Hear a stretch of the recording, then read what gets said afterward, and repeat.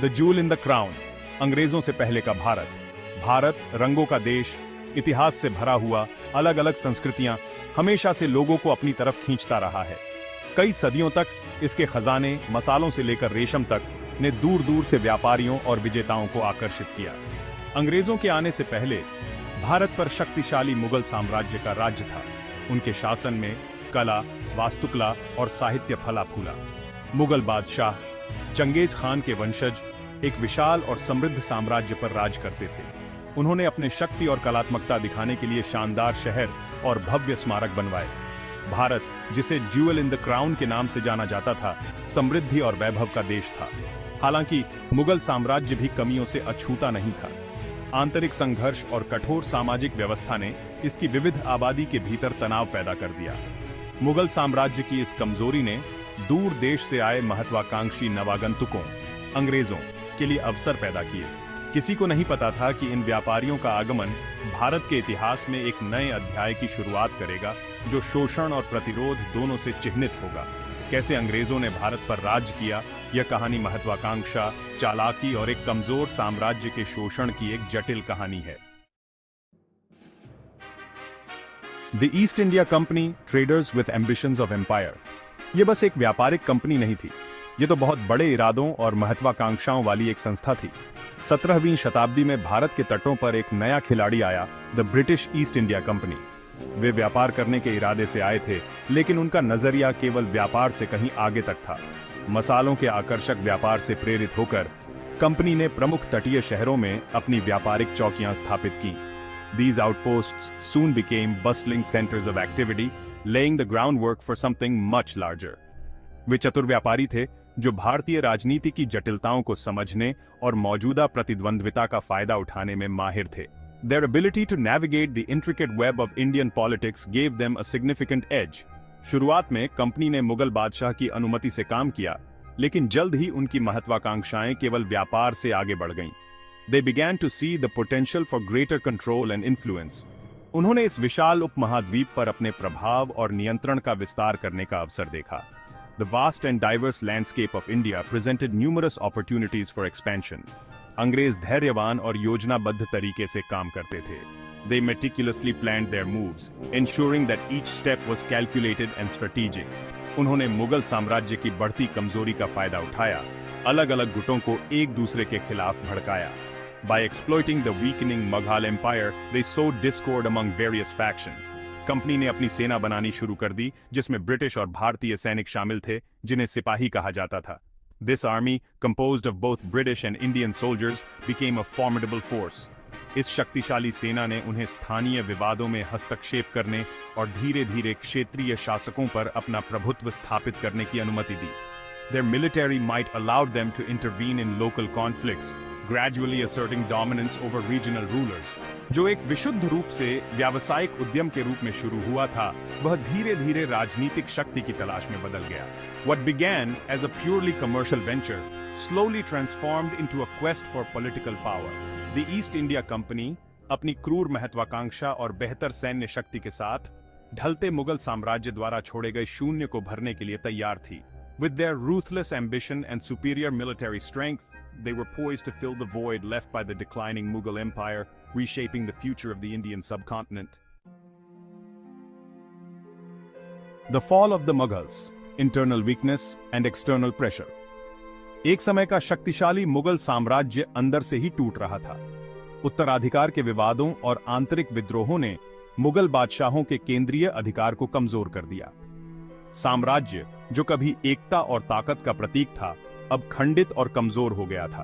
The British East India company ने इस अवसर को भांपते हुए इन विभाजनों का अपने लाभ के लिए उपयोग किया।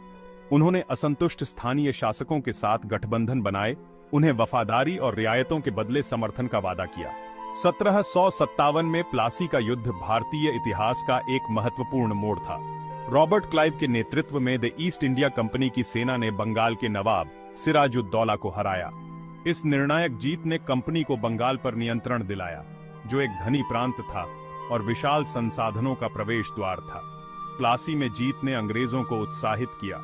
पूरे उपमहाद्वीप पर अपना नियंत्रण बढ़ाने की उनकी महत्वाकांक्षा को बढ़ावा दिया। मुगल साम्राज्य आंतरिक कलह से कमजोर और द ईस्ट इंडिया कंपनी की बढ़ती ताकत का मुकाबला करने में असमर्थ अपने पतन के कगार पर था। Section 4 divide and conquer exploiting religious and caste differences. अंग्रेज चालाकी के माहिर थे और वे फूट डालो और राज करो की नीति को अच्छी तरह समझते थे। वे भारत की सामाजिक संरचना की विविधता को पहचानते थे, जिसमें असंख्य धर्म, भाषाएं और जातियां थीं। इस विविधता को उन्होंने अपने लाभ के लिए एक अवसर के रूप में देखा।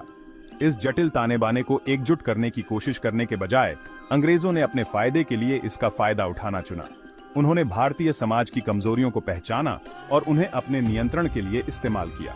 उन्होंने धार्मिक मतभेदों को उजागर किया, हिंदुओं को मुसलमानों के खिलाफ खड़ा किया और मौजूदा तनाव को और बढ़ा दिया।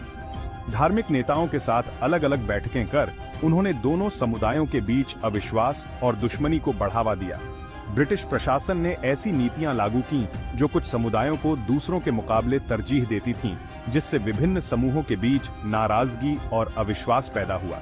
इन नीतियों ने भारतीय समाज में गहरे विभाजन को और मजबूत किया। फूट डालो और राज करो की यह नीति नियंत्रण की ब्रिटिश रणनीति का केंद्र थी। यह नीति न केवल उनके शासन को स्थिर रखने में मददगार थी, बल्कि भारतीय समाज को भी कमजोर करती थी। भारतीय आबादी को विभाजित रखकर उन्होंने अपने शासन के खिलाफ किसी भी एकजुट विरोध को रोका। इस विभाजन ने भारतीयों को एकजुट होकर अंग्रेजों के खिलाफ खड़े होने से रोका। उन्होंने जाति व्यवस्था को मजबूत किया। इसका उपयोग एक ऐसी पदानुक्रमित समाज बनाने के लिए एक उपकरण के रूप में किया जो उनके हितों की पूर्ति करता था। जाति व्यवस्था को बनाए रखकर उन्होंने भारतीय समाज में गहरे सामाजिक विभाजन को और बढ़ावा दिया। ब्रिटिश प्रशासन अक्सर उच्च जाति के भारतीयों को अधिकार के पदों के लिए तरजीह देता था, जिससे सामाजिक विभाजन और गहरा होता गया। उच्च जातियों को विशेषाधिकार देकर उन्होंने निचली जातियों के प्रति भेदभाव को और बढ़ावा दिया। मौजूदा सामाजिक भेदभाव का फायदा उठाने की यह रणनीति सत्ता पर अपनी पकड़ बनाए रखने का एक दुखद रूप से प्रभावी तरीका साबित हुई। इसने भारतीय समाज को कमजोर किया और ब्रिटिश शासन को लंबे समय तक बनाए रखा। Section 5 the bleeding of India economic exploitation under British rule. अंग्रेजों ने भारत को अपने फायदे के लिए शोषण किए जाने वाले धन के विशाल भंडार के रूप में देखा। उन्होंने भारतीय संसाधनों का दोहन किया और उन्हें अपने साम्राज्य की समृद्धि के लिए इस्तेमाल किया। उन्होंने भारतीय अर्थव्यवस्था को एक औपनिवेशिक उद्यम में बदल दिया जो ब्रिटिश साम्राज्य की जरूरतों को पूरा करने के लिए तैयार था। भारतीय उद्योगों को कमजोर कर दिया गया और ब्रिटिश उद्योगों को बढ़ावा दिया गया। कपास, नील और चाय जैसे कच्चे माल को ब्रिटेन भेज दिया जाता था, जहां उन्हें ब्रिटिश कारखानों में संसाधित किया जाता था और अंतरराष्ट्रीय बाजारों में भारी मुनाफे पर बेचा जाता था। इस प्रक्रिया में भारतीय श्रमिकों का शोषण किया गया और उन्हें बहुत कम मजदूरी दी गई।